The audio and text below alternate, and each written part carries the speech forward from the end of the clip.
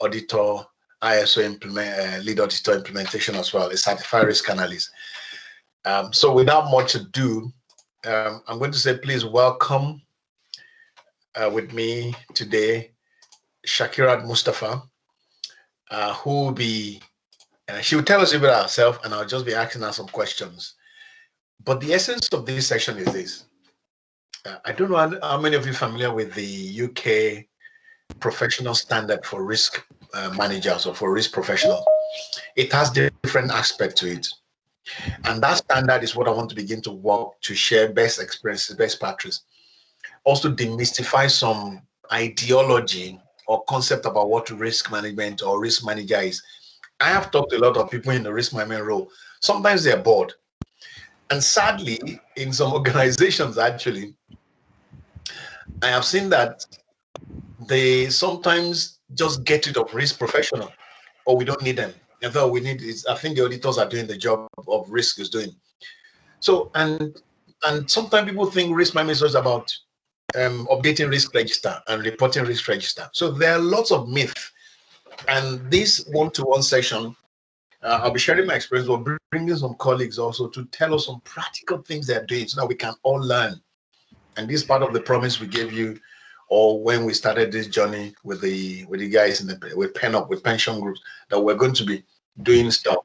So I know we'll not be able to do much, but let me hand over to Shakira to tell us a bit more about herself, and I'll be asking her question. I'll leave you guys also to ask her some question. Shakira, you're welcome. Mustafa, it's good to see you. You're an inspiration, a risk manager, and working in a multinational. You guys are doing amazing stuff. So over to you, please. Okay. Thank you very much. It's a pleasure being here. It's a pleasure being selected and invited to give to share my experiences to fellow professionals on risk management.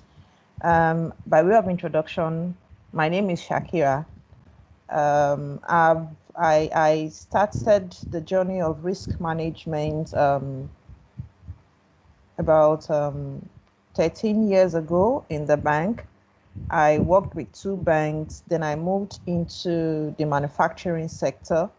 Now I'm into the maritime and shipping industry. I've been lucky that all through my career, I've been in risk management space. So that has given me the opportunity to have in-depth knowledge about all the businesses that I have been involved with, and have given me that opportunity to have a strong impact in those businesses. I hope to be able to talk a lot about what my experiences are based on the questions that you'll be asking me. So I will not say so much. I'm expecting your questions, and I hope I'll be able to deliver on and meet the expectations of the attendees. Is that okay? Hello, Femi. Fantastic. Thank you very much, Shakira, for that amazing introduction. Okay, let's start our question. Yeah, this is one-to-one. You're my first guest on in this platform with one-to-one with Ogari. So I think we should give you well done for that. Thank you. Amazing. I suppose my first question to you is this, which for my colleagues to share with us. What inspires you to take up a risk job? Why? Of all the job on earth.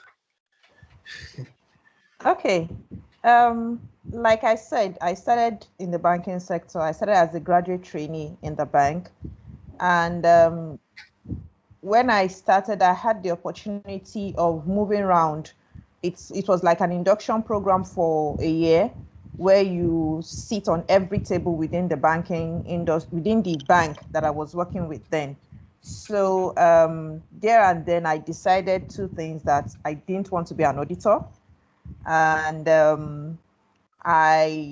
I didn't want to be this, I didn't want to be that. So you choose what you wanted to use. You see the roles that you really want to see yourself in. And at that period, I had an amazing boss then, Dr. Nike. So she was in the business then. So it was just like ants to sugar. I was so attracted to the whole thing, and she took me on board the risk management team, and I just took it from there. So it was more like seeing what they were doing and being interested in, okay, this is like a role that is more, what's the word now, more it's not an audit role, it's not a control role, but then they get into the mix of things and proffer solutions to the business owners. And I feel risk managers are more, I don't want to use attractive, or more likable than the traditional conventional audit function as it were then. But I have some auditors here, so they will be happy to hear that. no. Okay, the thing is, I'm only joking. The thing is, I guess the auditors too. I'm talking about 15 or thereabouts years ago now.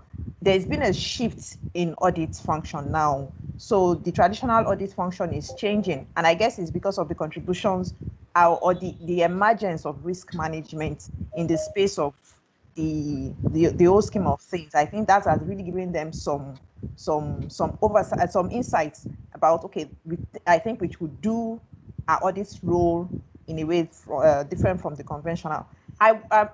If you're in an organization and the audit function is not ready to work with you as a risk manager, it's going to be a more difficult thing for you to get your job done. So you need the risk manager, just like the risk manager needs the auditor, because it's like a 5 and 6 relationship between the audit function and the risk function. They're like siblings. They fight, but they have to work together to make things for the common goal of the organization. So it was more like I saw them and I was attracted to what was happening with that department, and I just joined, and since then it's been an amazing journey. Fantastic, thank you, Sakura. I mean, you started talking about my next question, which is about what did you see as the role of the risk officer beyond the traditional risk register? You've started talking about that. What are the things you have done that you've seen that actually how amazing this role is for you? Okay. When I handle facilitation classes, I tell my audience that a risk manager is an enabler. A risk manager enables your business. That's just it. I tell them that we are not subject matter experts. You know your business more than you. But then it's just like an external eye seeing what you're doing, seeing you from another 3D angle and telling you, hey guy, you need to apply brakes here. Hey guy, what if there's this pothole here that you need to find a way to maneuver?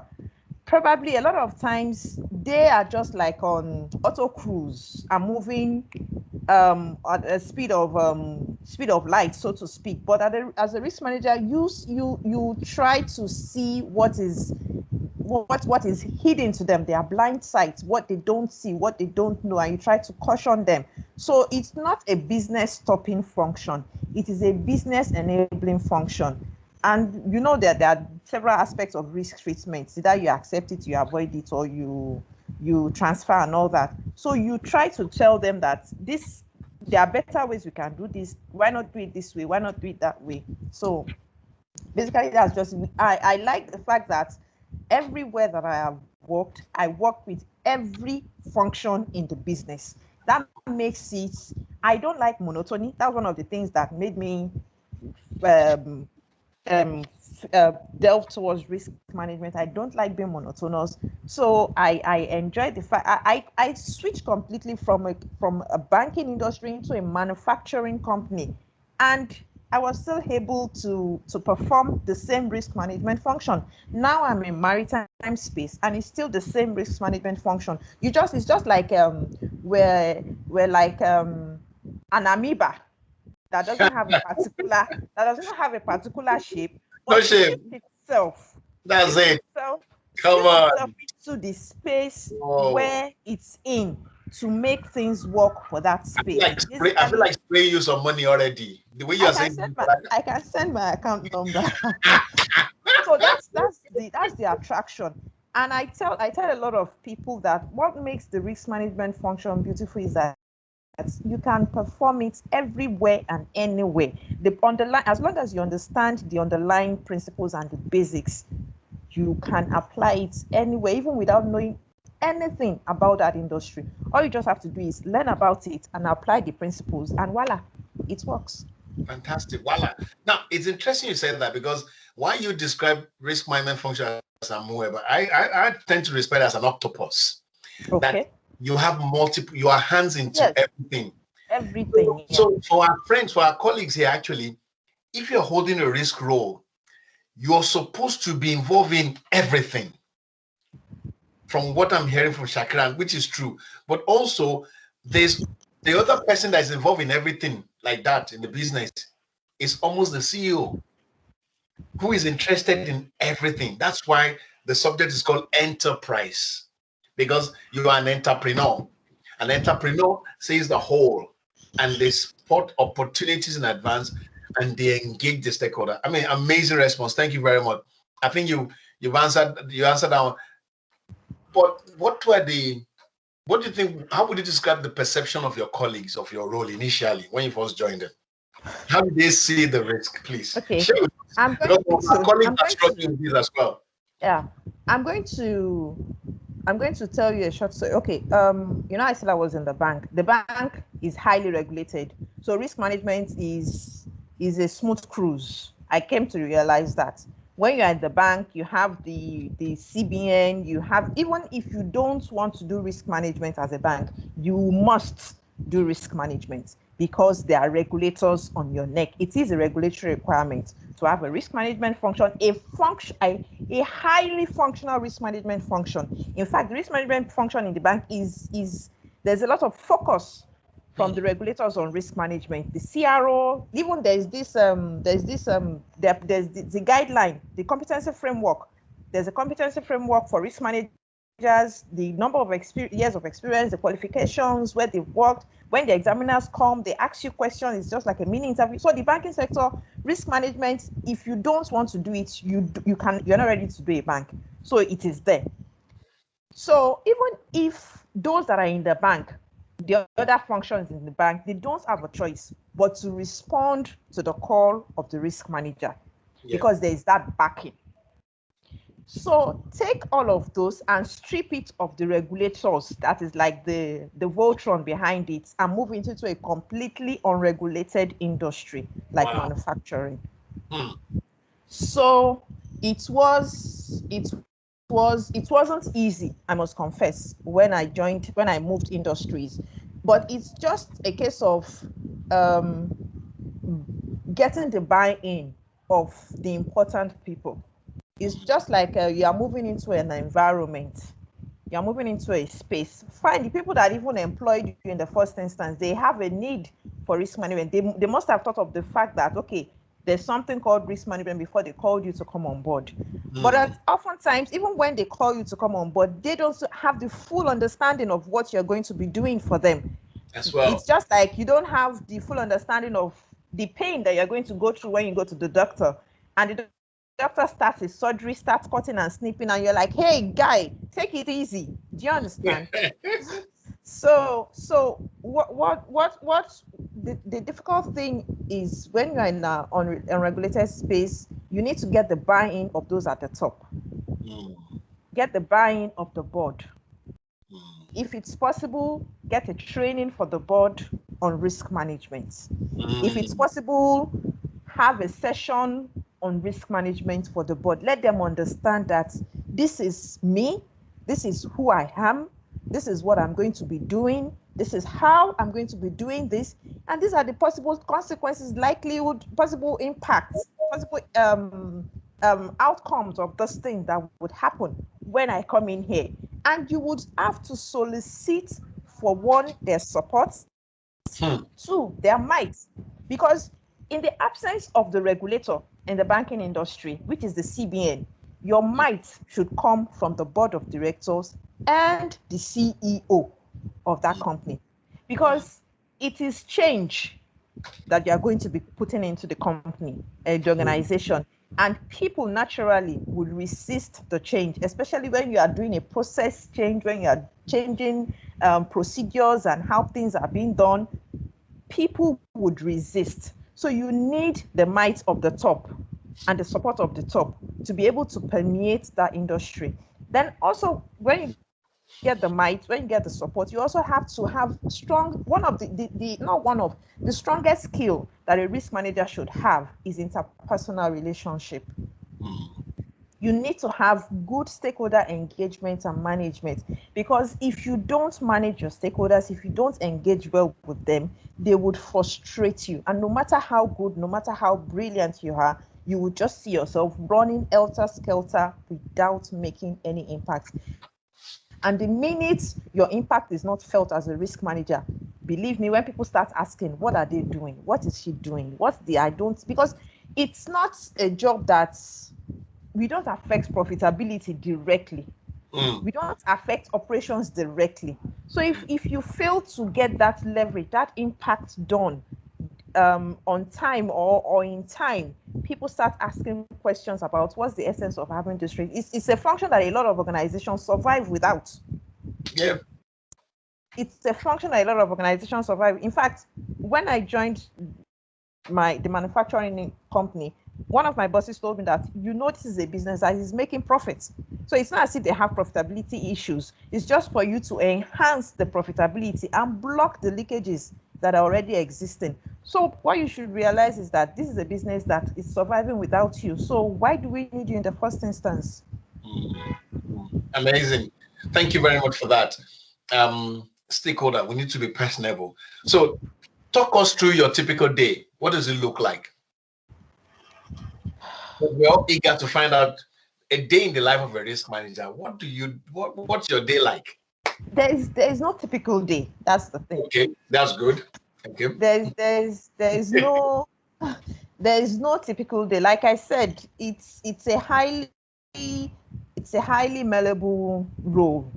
Okay, let me start. Maybe a day. When you get to work, on your way to work, if there are no calls, there are no emails, then everything is okay. Check the emails. If there has been no changes from yesterday to today, let's assume that. If there are meetings and engagement that needs to be met, you attend to that. And then the risk management tools. Let me now bring in the risk management tools, because those are the things as a risk manager, basically what you do is you measure things, you observe trends. So there are certain things that you'd have set at the base, at the background, to know, okay, these are the indices that I want to measure for this business, for the month, for the year, for the quarter. So you look at those indices. Are they within the thresholds? Are they shooting out? Are they going out of the set expectations? So let's assume that the thresholds are being breached or near breach of the threshold. You are moving towards an uncomfortable space. So what you need to do is to get in touch with the process owner. That's what is happening with this business. Where are we having this kind of numbers as regards this? If there is need for you to do a deep dive on those concerns that you have, you set up a deep dive session, risk analysis session with the stakeholders. That, okay, what is it that we're missing out? What are do we have the controls that we have? How effective are they? The process, how efficient are they? What are you try and investigate why you have that number that you're looking. Basically, as a risk manager, one of the things that you must consistently and constantly ask is why? Why do we have this? Why are we having this? Why can't we do this? Why is it affecting us this way? Is there anything we can do better and all that? And basically, like I said, there's no typical day. Every day comes with a new challenge. Every day comes with, if it's not supply chain today, it's health and safety. If it's not health and safety, it's the MD trying to get you to get something done for him. If it's not the MD, it's the security. If it's not the security, it's the regulators breathing on your neck. So there are different ways. Like Oga Risk said, you have your hands in so many pies, so you don't know which one you're going to taste the next minute. So it's there's no typical day, so to speak. Just that one thing the typicality of risk management are the risk management tools that we apply, the risk indicators, the loss incidents reports, the control self-assessment. Those are the things that, okay, typically we check to know, okay, how are the trends going, how are the set thresholds, are we within the limits and all that. So basically that's it. I don't know if that cuts it. No, Shakira, no, that's amazing. I mean, just listening to you, it appears you're saying to me that you are like the night watch guard, standing in the tower and just checking what's going on. And you have all your ammunition, your tools, but you are watching alongside and you're proactive with that behavior. You're not waiting. Sometimes some things are urgent, but other things you're proactive spotting, what's going on there? And you are asking the question, why? Why? Why? And that's very, very important for us who are listening, that as a risk professional, the more natural position is the inquisition, asking question. And that asking question will have been because, one, you have the buy-in, people they understand what you're doing, so nobody's going to say, who are you? Out there, you ask me question. Because if you don't have the authority and you start asking the question, they're going to push you around and they're going to kick you out. So, I mean, that's amazing.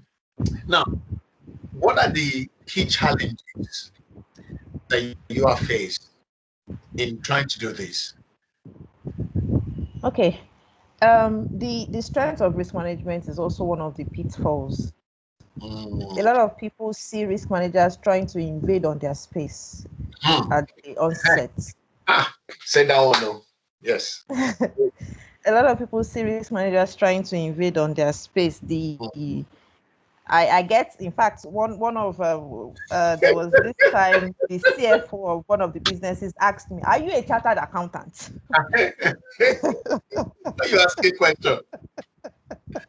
Are you a chartered accountant? The health and safety guy will be like, okay, this is my space. The engineering guy will be like, so especially if you have an audit function that really does not really understand the interplay between audit and risk management, there's this conflict there. There's this big conflict there, and basically the conflict of that audit. Sorry, because it's important for my guests, my colleagues there to hear that conflict between risk and audit and the problem it creates for the business. Okay. How would I start? The audit is an older profession than risk management. In fact, a lot of times when I do my work, I get into a new space, they'll be like, auditor. No, I'm not an auditor, I'm risk management. So the audit is an older profession and is well recognized. But then the audit function as it is designed by the tree line of defense, I know there are a lot of literature now trying to break down the tree line of defense, that it's kind of obsolete and all that, but then I'm still going to talk about the tree line of defense. The audit function is outside the business. The audit function is outside the business. The audit function is supposed to create an assurance to the board on every other aspect of the business, including risk management. Fantastic. Okay. So that is, once there's that understanding, the auditor would not feel that the risk manager is encroaching into his space. I've worked with an auditor that understands this relationship, and it was a very, very beautiful, the synergy was seamless, because when I do my risk assessments, I share the risk, the top risk with the audit function, and I tell the auditor, a lady, she was a lady then, that these are things that I think you should investigate when you are doing your audit for this business, for this unit and all that. And when she's also doing her audit, she picks the risk issues that, Shakira, when you are doing a risk assessment, can you delve more on this? And the thing is, when I'm doing my risk assessment with the process owners, I need not tell them that I got this information from audits. So it's more like mine is more like an interactive section, like, okay, like good cop kind of yes, massaging their thing and getting information towards the objective. So basically that's just it. But if you have an audit function that does not really, that feels that you are encroaching into their own space, it becomes a brick wall. and it makes life difficult for the risk manager. Not that you won't be able to function, but then it makes something that should be frictionless. There's this friction about the whole thing. And basically, if you understand the three line of defense, you guys are supposed to work together ultimately to achieve the same objective for the organization. Fantastic. No, So thank you it's very basically a case of people looking at their space and you encroaching on them. Thank you very much. Okay, let's go to what excites you. After what are the things that gives you that joy and fulfillment as a head of risk or risk officer? That, I mean, going back home, you look back at your day or you look at your week or your month, or you just think, my God, that's really good. When a problem is solved, Fantastic. and I'm involved. When a problem is solved, when a problem is solved and I'm involved, you're part of the solution. Yes, I'm part of the solution. It's fulfilling, and it kind of gives more credence to the function. Just like you said, it's a new function. We've been talking about risk management being new since I joined, and it's still seen as a new function. So no, it's true. It's true. When I joined, that was when Basel II, was it Basel II? It was Basel II that was out then when I joined. Yeah. That was when what we were studying then. It was seen as new and all that. Then now we're still seeing as being new because it's not in every organization.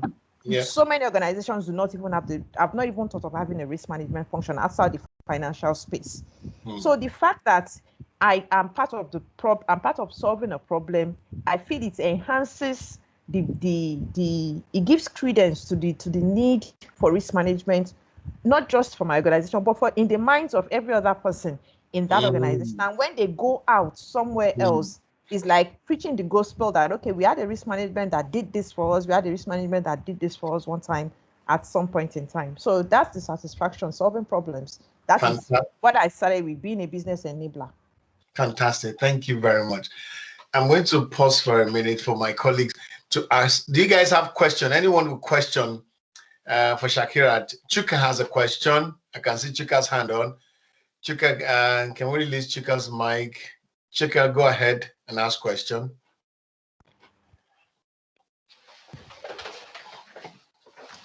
Thank you so much. I really enjoy so my question straight to the point is, you mentioned two key things that I'd like you to please explain further on how it is actually been done. Loss incident reports, what is involved, then the risk assessment with process owners. What exactly is involved? Thank you. Okay. The loss incident reports, that is one of the ways that your synergy with the auditor comes to play. When you get into when you get into an organization, and if luckily there's been an audit function, definitely when there is kind of a fraud or a misappropriation, is the auditors that they will call to investigate this. So the auditor has an investigation report. So when you get in there as a risk manager, you're supposed to have access to this information to build your own loss data. A lot of what you use the loss incidents for is different, because the auditor is more like a retrospective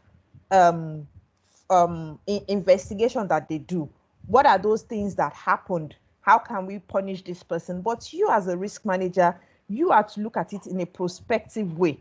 That, okay, what are the learning points? What are the deep dives that I can get from these incidents? What are the failings of the process that can be amped on and developed on, so that we won't have a reoccurrence of these same incidents or something similar to it in the future.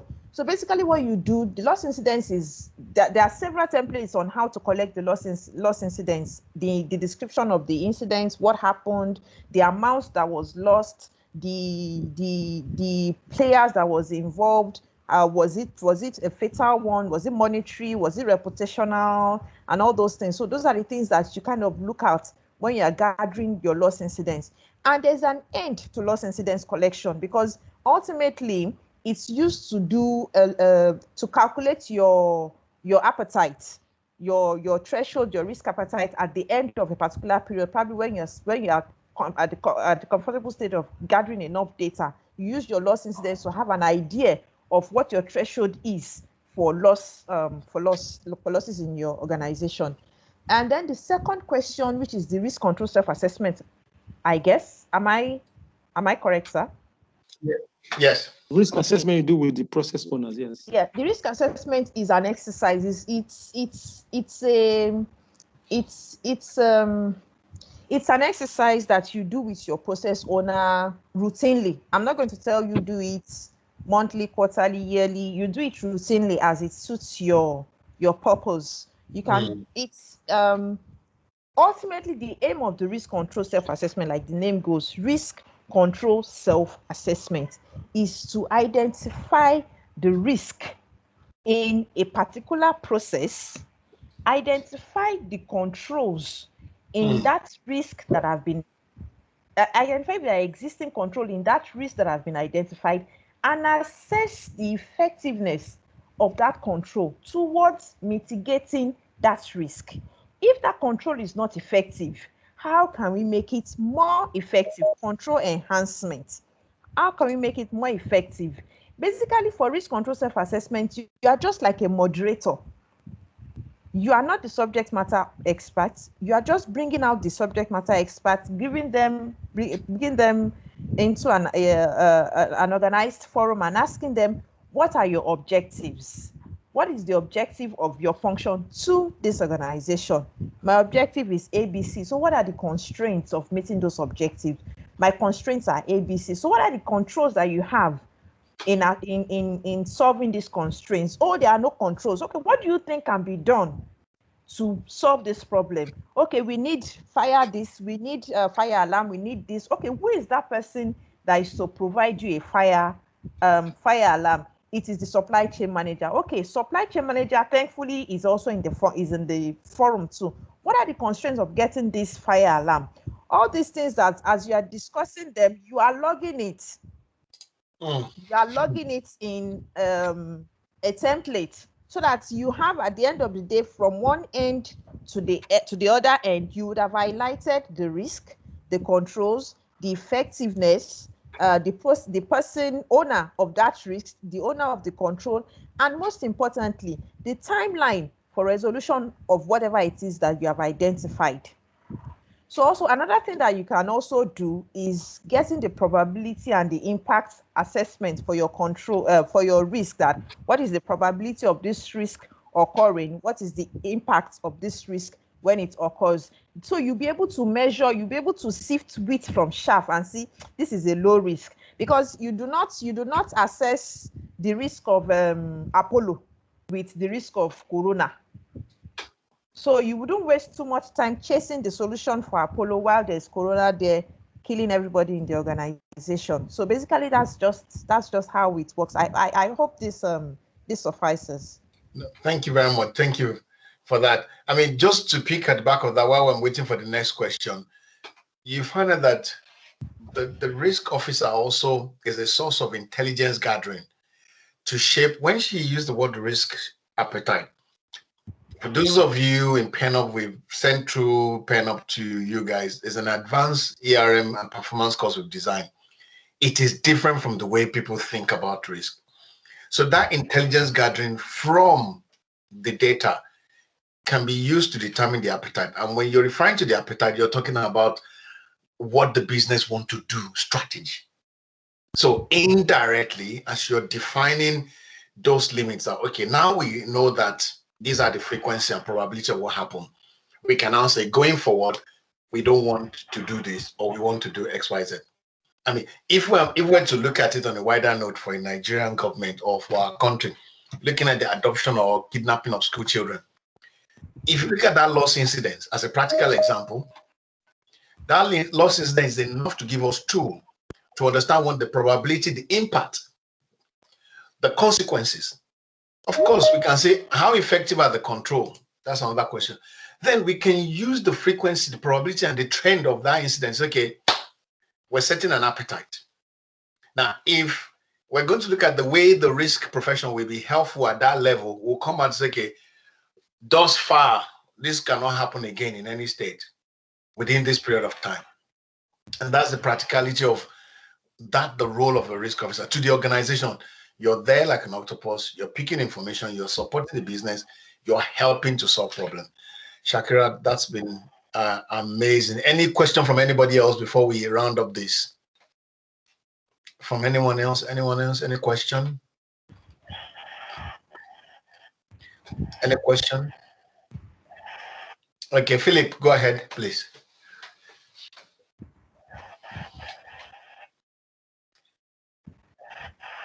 Philip, go ahead.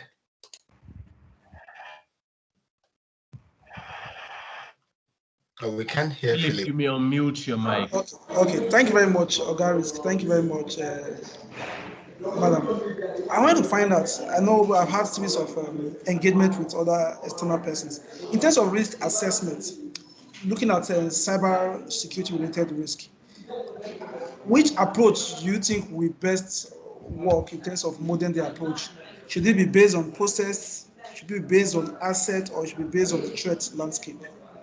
Okay, sorry, before Shakira answers that question, we have a cyber risk workshop this month. I think, Philip, you should be there. Honestly, we're going to cover that extensively. Definitely don't miss it. Shakira, please go ahead if you want to add to that. But make sure you come to that training. Noted. It depends on what you are looking at. It's a function of what the risk that you're facing in terms of cybersecurity. What are the concerns of the organization? For me, if I'm going to look at, why have a taste of the apple when I can have the whole apple? So why not look at your assets? Why? Because cybersecurity, it's assurance for cybersecurity is about confidentiality, integrity, and availability. And you cannot look at all of those things without looking at the assets, without looking at the process. So why have a bite of the apple when you can have the entire apple? So just do everything, because your assets are like the backbone of your cyber resilience, and your processes are like the form of vulnerabilities that can affect the asset. If you have top-notch assets in your organization protecting you from all forms of cyber risk, if your processes are watery, most cyber attacks that happen basically as a result of human failures. So if you have watery processes that do not form some kind of resilience to back up your assets that you have acquired or put in place, then you have a vulnerability in that space. So why not just do everything? Fantastic. Thank you very much. Any other question? Any other question from anyone else? Okay. If we don't have question, I'm just going to, Shakira, if you're going to give, I know we're all learning, we're still growing. Where do you see this role going in the future? Where do you see being like an octopus? You're everywhere. What do you see is becoming as we emerge in the future? Perhaps also a word of encouragement for colleagues there, for those who are starting and kind of still find difficult to engage. You talk about they must do board training. I'm glad you mentioned that. That is important to do board training so that they can engage their board and senior management. So what would you recommend, please? What I have seen is that a lot of organizations are now taking the risk management function serious. I've heard, which is even why we're having this discussion in the first instance. When I started as a risk manager, it was basically the banks that had the risk management function, no other business. Now I know a lot of manufacturing industries, I know a lot of telco, I know a lot of power, energy companies that have the risk management function. And I even have recently I heard about a government body trying to get a risk management function set up for themselves. So just like I'll be optimistic about it. It's a function that I believe will grow. It's a function that I believe once the value is completely recognized, it's one that will grow and will grow. Let me just say that, because from what I have seen, a lot of industry, lots of sectors are taking up risk management functions and paying attention to what they do. Fantastic. Thank you very, very much. I think if you all join me together to say a big thank you to Shakira Mustafa, who's been, I like your energy. I think you're my kind of risk manager because your passion, your energy, your enthusiasm, and the knowledge is great, and it's a big privilege and honor to just be learning alongside you guys and just be challenging one another. So could you join me to say thank you to Shakira for an amazing presentation, an amazing time. Thank you for coming on Ogari's live of on Ogari's one-to-one. Thank you for sharing your experience. Thank you for showing us the difficulties, but also what's possible. So thank you for coming. And colleagues, I hope today has been inspirational. I have some other guests coming on. I have some financial FD CFOs bringing different directors, different skill set to talk to us about the perspective of risk from where they sit. And I think that'll begin to deepen our understanding more. Few things. The RIM certification is out there. I'm sure most of you have received it. For PenUp guys, we have a few training. We're working with PenUp, which they will have sent to you. Or get your board certification going. Get your senior management buy-in going.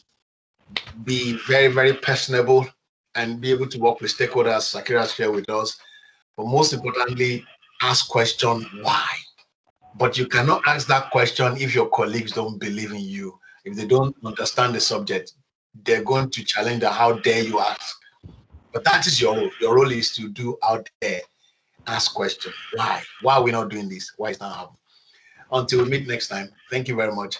Have a pleasant afternoon. Shakira, thank you so much. Have a good afternoon.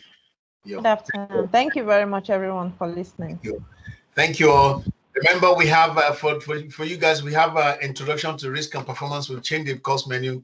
Those of you been on my course, send your course mates, your colleagues, or people you're working your risk function to come alongside.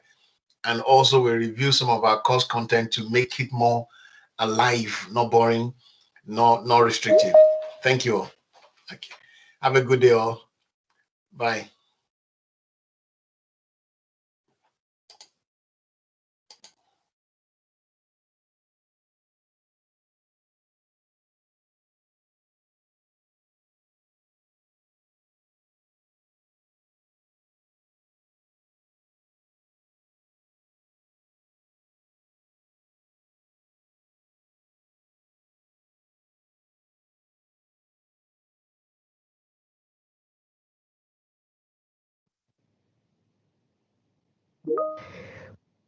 Well, to tell us about risk management and national development, this morning it's my pleasure to welcome Mr. Joachim Adenusi, who is CEO Conrad Clark Nigeria Limited. Good morning. Now, I like the way that you reacted to my face when you mentioned risk management. And that's exactly where we're going to start. What do you mean by risk management? Thank you very much. I think the first thing I'm going to tell you a story. If you imagine you live in a house and you have a particular position you put your bread every day, and this mouse coming every day to eat your bread, and you observe the same thing happening, now you have a couple of options available for you. Either you have lots of breads available, you can always supply, you can't be bothered by the behavior of that mouse. Or either there's something wrong with that individual, and either there's something wrong with that individual, or you have a method of preventing the reoccurrence of that particular behavior. So risk, I'm going to say risk itself is just simply, I don't know what's going to happen. That's what risk is. I don't know because what's going to happen can either be positive or negative. Now, when you now talk about managing risk, it's simply saying, I don't know what's going to happen. How do I manage if the outcomes happens to be bad? Or what if it's a positive outcome? So really, risk management, as most people tend to understand it, people say insurance, health and safety, disaster, and those kind of, they're all just minute subset of the concept of the whole enterprise risk. But actually, risk management is about performance. I'll give you an example. If you look at Nigeria, we've had stories of big names, household corporations that most of us were familiar with, and they're no longer in place now. So we have organizations that a lot of us looked up to, that this will be the Nigerian brand that will actually make us proud. And after a few years, they will come, they will make money, there will be lots of brand presence everywhere. 10 years, 15 years, they're dead. And you often wonder why. Is it because we lack smart people? Is it because we don't do risk management? Is it because we're just wicked? No. But you find out that what we've not done well is to be able to put performance at the top of the agenda. When you look at individuals and organizations, when they say, I'm going to do this, and you call them to account. And that's why risk and governance also link together. Because the moment you said, I'm going to do something, and you fail to deliver, then your performance is at stake. That's my mini introduction. And if I'm going to also just help you to understand a bit, if you came out publicly and announced the audience, your viewers, that in 7 days' time, I'm going to climb Olumo Rock. And if I'm able to climb that Olumo Rock, I will expect the public to acclaim me or applaud me. After 7 days, you came out and said, no, I couldn't climb it. And they asked you why, so I don't want to tell you why. One, you're responsible, but you failed to be accountable. And that is a performance issue. It's a performance because you have failed to deliver the promise, or you have given them expected outcome, but you have failed to implement it. And you're not giving any reasonable or convincing evidences why you failed to perform that task. And so not managing risk is equal to poor performance. Exactly that is what it is. Non-performance. Non-performance at all. Not managing risk is equal to poor performance. When you see performing organizations or nations, watch them well. When the French crisis happened early last year, I used to just give the example a lot. You know, in Paris, a city well known for tourism. And when the terrorist attack happened the first time, it was in January. And that created fear in the hearts of a lot of people who were looking to traveling to Paris for a holiday or different things. Now, what the French authority did, they had to send out ground troops knocking every door to root out those guys, and they exposed them, that we caught them. Now, that is a demonstration of performance, that if you perpetrate evil here, we will expose and deal with you publicly. So there's a correlation between, and that's giving everybody else in the world that Paris is safe for holiday. But if you fail to do that, guess what will happen? The tourism industry will go down, the economy will go down, and the French Prime Minister or leader will be in trouble. That's performance on his part. Okay, let's bring it back home here. KPMG came up with a report that in the last 2 to 3 years, 95% of C-suite executives believe that the organization has been exposed to increased risk. Now, let's see if we can look at some of those risks. You talked about what risk management is. Political risk, energy risk, security, capital availability, regulatory risk, competition risk, supply chain risk, business continuity risk, and disaster recovery risk. Now that looks like enormous amount of risk for companies. Yes. Holistically for the nation, this also applies. Yeah. How can all of this be managed? I think also which I'm going to go back to how I want to predict. The danger is usually to start from looking at risk purely from a threat point of view. As I said, risk is simply uncertainty. Which is what Nigerians will do. That's what we do. We always talk about that. Risk, everybody's afraid. Thank you. But actually, risk is an opportunity to demonstrate performance. Because unless there is a crisis and you're able to offer solutions that can resolve it, you come out clean and better. And you get integrity, credibility, and your respect level will go up. Sorry. So an awareness of risk management helps you to preempt or to prevent some... To preempt, proactively plan, but also to reduce the frequency of recurrence. Now, back to my story about the bread and the mouse. So, for example, if I decide to ignore, I notice that this thing is coming every day to eat my bread, and I ignore, and I just, oh, this thing is coming every time. Something must be wrong with me. Yeah. My reaction will be, okay, I need to deal with this thing. So risk management is about this. what is attracting this thing to be coming to my house first? If I can proactively put something in place to prevent it, maybe there is a space in my room somewhere that there's coming through. If I can block that, I know my bread will save. Now, if after blocking that place, they're still coming in, and I don't know how they're coming in, can I remove my bread to another position? If they're still getting it, then I'm going to have to keep a vigil. And catch them. I'm going to catch it. And if I use mousetrap, it's not working. If I use rat poison, it's not working. Then I'm going to get buba and abara and just wait for that thing and say, today I will catch you. And I think that is the problem. When you know we're not managing that, when something reoccurs every time and keep on happening, the same thing over and over again, it shows one lack of understanding of the root causes of that issue, to lack of proactive thinking to resolve it, and 3, the desire and the passion to make sure that this thing will not happen again. And that is what separates mediocrity from excellence. Because the more you can stop something happening over and over again to you, then it shows that you're responsible, you're accountable, and you are reliable. That's why it's a risk management, it's about performance. In Nigeria's situation now, before we go back to the individual companies and the economy, let's look at the political scene. I give some risk here. The political risk, social risk. What are we doing as regards to that part? I mean, I'm not a politician. No, you don't have to be a politician. Let's use the office of the citizen. Let me give you some practical advice. Let's look at social risk, for example. Social risk has to do with the habits and behaviors, really, that will have either positive or negative impact around. So social risk can actually be good or bad, but the bad side of it, for example, comes with the way people think.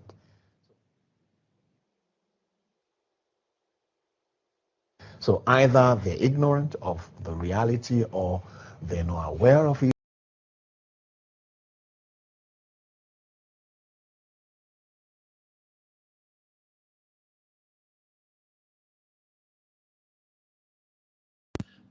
Thank you everyone for being around. It's a wrap from all of us. We'll see you at our next engagement. Thank you. Bye for now.